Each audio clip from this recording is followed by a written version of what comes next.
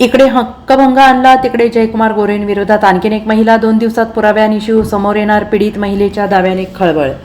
एका महिलेला नग्न फोटो पाठवल्याच्या आरोपांमुळे अडचणीत सापडलेले राज्याचे ग्रामविकास मंत्री आणि भाजप नेते जयकुमार गोरे यांच्या अडचणीत वाढ होण्याची शक्यता आहे. कारण या प्रकरणातील संबंधित महिलेने जयकुमार गोरे यांच्या विरोधात 17 तारखेपासून उपोषणाला बसण्याबाबत ठाम असल्याचं महिलेनं म्हटलं आहे.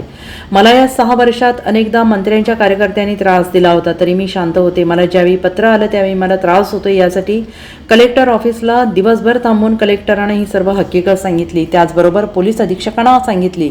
मात्र माझी दखल कोणीही घेतली नाही किंवा या गोष्टीचा तपास करण्यासाठी पोलीस आले नसल्याचं देखील यावेळी महिलेनं सांगितलंय. त्यामुळे मी 17 तारखेला माझी बदनामी होत असल्याने उपोषण करणार असल्यावर या निर्णयावर ठाम असल्याचं महिलेनं सांगितलं आहे. आणि यावेळी संबंधित महिलेनं आणखीन एक खळबळजनक दावा केला आहे.